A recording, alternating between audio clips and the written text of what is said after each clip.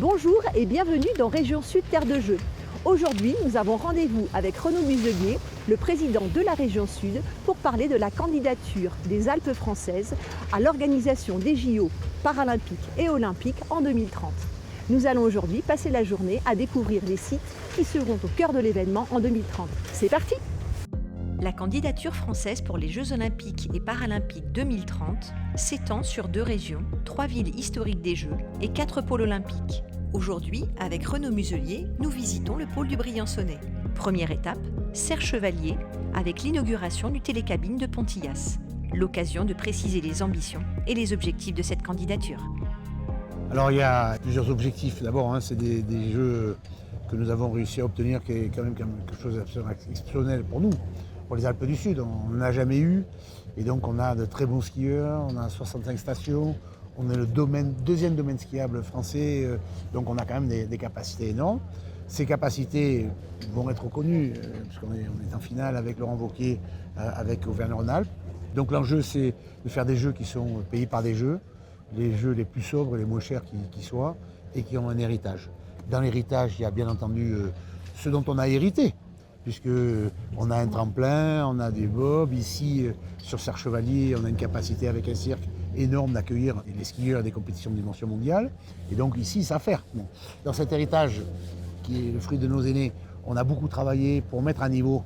Et donc la visibilité va être essentiellement maintenant, il n'y a pas de gros enjeux financiers sur l'organisation des stations. Il y a des gros enjeux financiers dans la desserte, que ce soit sur le ferroviaire, que ce soit sur le routier, que ce soit sur l'aménagement du village olympique à Briançon, et la desserte sur le Briançon-Paris ou Briançon-Marseille, autour de Gap, et la desserte sur Grenoble. Donc il y a un enjeu d'aménagement du territoire très important pour aménager nos Alpes, et je vois que quand même c'est un challenge fantastique. Donc on voit que finalement ce travail sur du sport va profiter à l'ensemble d'un territoire et à l'ensemble des citoyens d'un territoire d'une manière plus générale. Ah oui, mais l'idée c'est d'embarquer tout le monde. C'est-à-dire que c'est pas simplement les Alpins ou les montagnards, c'est la totalité du monde économique de la région. Marseille, Toulon, Nice, bien sûr les Hautes-Alpes qui sont les premières concernées. C'est l'ensemble de la région qui sera et qui doit être mobilisé pour porter ce moment un peu unique, exceptionnel, rarissime. Et très honnêtement, on aura eu quand même, dans un laps de temps très court, ça s'est jamais vu, jamais, la Coupe du monde de rugby, les Jeux olympiques là 2024 et les Jeux olympiques d'hiver en 2030. On va profiter de notre plaisir et faire en sorte qu'il y ait une trace, un héritage, un avenir grâce à ces sports. Pas le temps de rêvasser, tout le monde redescend par le télécabine pour la 2e étape. Direction Montgenèvre, au pied des pistes.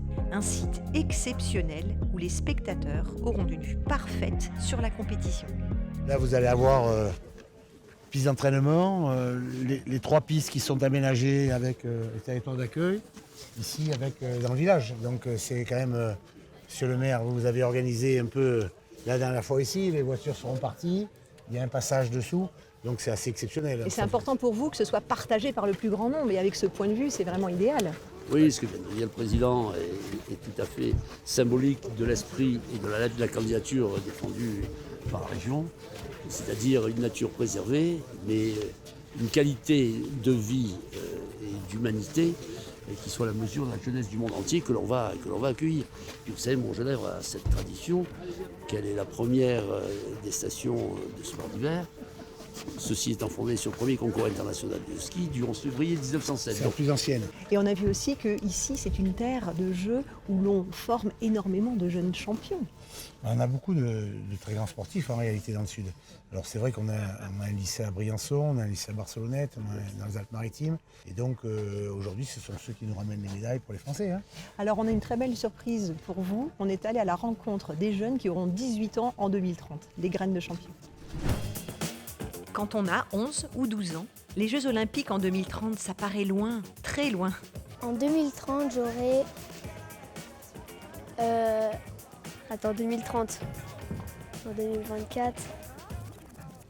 Mais ne vous y trompez pas, ces jeunes participants du Kid National Tour Freestyle de Serre-Chevalier sont déjà au niveau national. Et parmi eux se cachent nos futurs champions. On les repère dès les poussins. Je dirais pas malheureusement, Mais si tu prends certains champions olympiques comme Voltier ou Julia Pereira, vice-championne olympique, ils ont gagné tous les titres de champion de France depuis les catégories poussins jusqu'à être champion. Heureusement, de temps en temps, il y a un besogneux qui y arrive, sinon ça serait vraiment dommage. Mais en général, les petits qui sont doués le sont dès le plus jeune âge. Certains semblent très déterminés et ont même un plan de carrière entièrement écrit. L'année prochaine, j'aimerais bien faire frontside 1000, du coup combo 1000. À 15-16 ans, j'aimerais bien mettre mes premiers triples. À 16-18, peut-être mes premiers 18, on sait jamais. Et si j'arrive à vraiment faire tout ça, j'aurai le niveau pour aller au JO. D'autres semblent tellement doués qu'ils n'ont même pas encore choisi leur spécialité. Je suis champion de France en slalom et j'ai fait premier au combiné. Après, ces derniers temps, je suis plus à fond dans le freestyle et je fais beaucoup de podiums freestyle. Et d'autres encore gagnent si facilement que les JO à la maison ne semblent qu'une formalité. J'ai fait première de ma catégorie, après deuxième surclassé et troisième au scratch. Moi, j'aimerais bien faire les JO ici. C'est là où je m'entraîne le plus souvent, du coup, oui.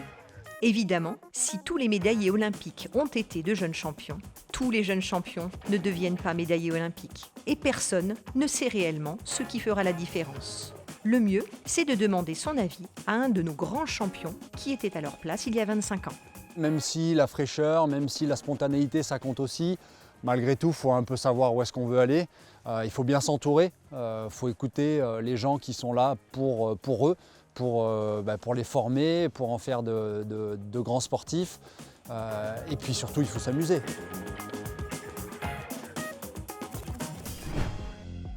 Et la visite du futur site olympique continue en compagnie du président de la région. Étape suivante, l'inauguration du télécabine du Rocher de l'Aigle. Une très jolie balade que nous sommes les premiers à faire avec le président. Moi, je fais partie de la génération qui a grandi avec Kili, Guachel, Isabelle Mir. Et donc, j'étais passionné par le ski. Et donc, je pense fondamentalement que les Jeux Olympiques, ça stimule toute une génération de montagnards, même de citadins, qui sont fascinés par la montagne, par l'espoir sportif, par l'évolution du sport. Et tous ces jeunes-là, qui ont la possibilité, eux, ils ont peut-être pouvoir même s'entraîner pour arriver à jouer ici, leur jeu en France. Et donc l'idée qu'on retient avec les domaines skiables, avec les moniteurs, avec les présidents de département aussi, c'est de faire des classes de neige, de susciter des pépites, de fabriquer des voyages à la montagne, d'apprendre à skier pour ceux qui veulent découvrir la montagne, et puis savoir ce que c'est que la montagne. Hein. Oui, parce que là, comme montagne, vous avez des chamois, vous avez toutes sortes des aigles, vous avez des animaux absolument exceptionnels, et donc tout ça, c'est la montagne. Et ce sera donc des sites olympiques et aussi paralympiques. Ah oui, toujours. Alors c'est vrai que vous avez raison de rectifier le tir, c'est les JOP, c'est les skis olympiques et paralympiques. Il y a les deux volets et on a bien entendu dans la totalité des compétitions qui auront lieu sur Serge Chevalier Montgenèvre, tout le volet paralympique qui aura lieu, tout sera aménagé. Alors je vous propose d'aller à la rencontre d'Arthur Baucher, un des multiples champions de la région en paralympique. Et qui soutient pleinement le dossier. Arthur est un garçon absolument exceptionnel. Arthur Baucher a seulement 23 ans, mais il a déjà 10 médailles d'or aux championnats du monde et 3 titres paralympiques en descente, slalom et super combiné. Il fait évidemment partie des champions du Sud, ce dispositif qui permet aux sportifs de notre région de recevoir une aide pouvant atteindre 10 000 €. On a les montagnes et ce qu'on a en plus que le nord, c'est le soleil. Et ça, moi, c'est très important pour moi. Donc effectivement, ouais, pour moi, c'est très important d'être soutenu par cette région parce que cette région, je l'aime, elle m'a vu grandir, elle m'a vu démarrer sur les skis. Et en fait, je me suis construit vraiment ici, dans la région sud. Donc c'est très important pour moi de lui rendre un peu l'appareil et de la faire briller sur les podiums internationaux. Comme tous les champions, il est difficile pour Arthur d'avoir la certitude de se maintenir au plus haut niveau. Mais en 2030, il aura 29 ans et jouera à domicile. Sa motivation semble pouvoir tout surmonter. Moi, ça va être maintenant mon objectif de vie, c'est-à-dire d'aller aux Jeux et de ramener une médaille d'or là-bas sur les Jeux de 2030. Et voilà, c'est quelque chose déjà de courir aux Jeux. J'ai eu la chance de le faire 2 fois. C'est juste magique.